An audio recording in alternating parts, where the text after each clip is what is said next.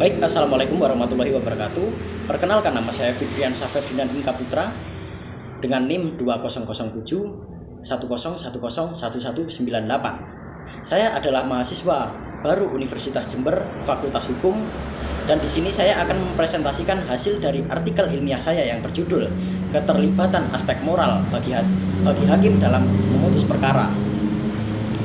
Dilakukannya presentasi ini adalah untuk memenuhi ujian akhir semester pada mata kuliah Bahasa Indonesia MKWU. Sebenarnya kita memasuki pendahuluan.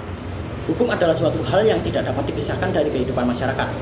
Maka dapat diambil kesimpulan, jika ada masyarakat, berarti ada sistem hukum yang mengaturnya. Dalam upaya penegakan hukum, pastinya ada penegak-penegak hukum yang berperan penting bagi penegakan hukum di masyarakat. Salah satunya adalah hakim yang memiliki wewenang untuk mengadili serta memutus perkara. Dalam menjalankan tugasnya, penting hakim untuk selalu mentaati kode etik profesinya, yakni komponen nilai-nilai moral yang digunakan sebagai pedoman dalam memutus suatu perkara. Pentingnya penerapan moral dalam memutus perkara yakni agar hakim senantiasa memenuhi dan mentaati kode etik profesinya yang berisi tentang larangan-larangan bagi hakim. Akhir-akhir ini sering terjadi kasus-kasus yang tidak sesuai dengan moral seorang hakim, yang mana telah melanggar kode etik profesi seperti menerima suap dari pihak-pihak tertentu lantaran mulai lunturnya moral. Kita lanjutkan pada isi. Sebelum mengetahui pentingnya keterlibatan aspek moral dalam putusan hakim, hendaknya tahu dulu proses pengambilan putusan oleh hakim. Dalam upaya menjatuhkan putusan, hakim akan melakukan beberapa tahapan, yakni dengan yang pertama, mengkonstatir, yakni hakim harus melihat, mengetahui, serta membenarkan suatu peristiwa yang diajukan padanya. Kemudian hakim harus mengkualifisir, yakni menemukan hukumnya. Ada beberapa sumber bagi hakim dalam menemukan hukum, yakni undang-undang, jurisprudensi, hukum adat, dan doktrin. Pentingnya menerapkan moral, yakni agar hakim senantiasa terhindar dari pelanggaran-pelanggaran akibat pementingan kenikmatan pribadi dengan menerima kenikmatan, hadiah, fasilitas dari beberapa pihak di atas kewajibannya menegakkan keadilan, seperti kasus-kasus yang terjadi akhir-akhir ini. Terlepas dari kasus-kasus pelanggaran hakim akibat lunturnya moral hakim, ada contoh kasus di mana hakim tersebut sangat menjunjung tinggi aspek moral dalam menjatuhkan putusan atas perkaranya. Kasus ini terjadi di Amerika Serikat, di mana hakim mengampuni pelanggar lalu lintas yang terang-terangan melanggar lalu lintas di area sekolah.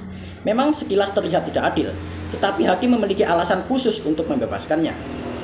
Pelanggar itu bernama Victor Coela, dan hakim yang menangani kasusnya tersebut bernama Frank Caprio, di mana hakim tersebut memang sering memutus perkara yang didasarkan pada hati nurani dan kepekaan moral. Upaya menumbuhkan moral pada diri manusia, khususnya penegak hukum, yakni hakim, ada beberapa cara, yakni yang pertama, dengan memberikan penanaman moral sejak dini. Yang kedua, dengan pelatihan-pelatihan khusus bagi para penegak hukum, khususnya hakim, agar senantiasa dalam menjalankan profesinya didasarkan pada kesadaran moral dari dalam diri. Baik, sampai pada penutup, terdapat kesimpulan bahwa profesi hakim adalah profesi penegak hukum inti dalam suatu pengadilan yang memiliki tugas untuk mengadili dan memutus suatu perkara.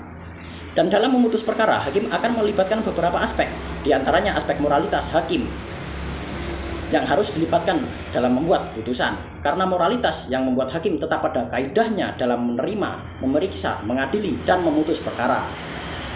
Baik, lalu saran hakim dalam melakukan tugasnya mengadili dan memutus perkara hendaknya mempertimbangkan keputusannya tersebut akan diterima baik ataukah tidak oleh terdakwa maupun oleh para pencari keadilan. Maka dari itu, hakim haruslah memiliki kepribadian yang baik, dan hakim dalam memutus perkara hendaknya memakai hati nurani dan kesadaran bermoral, sehingga hakim memiliki kepribadian yang baik dan tidak melanggar pedoman perilaku hakim. Dengan demikian, diharapkan dapat meminimalisir kasus-kasus yang mengabaikan kode etik profesinya. Baik, sekian dari saya. Wassalamualaikum warahmatullahi wabarakatuh.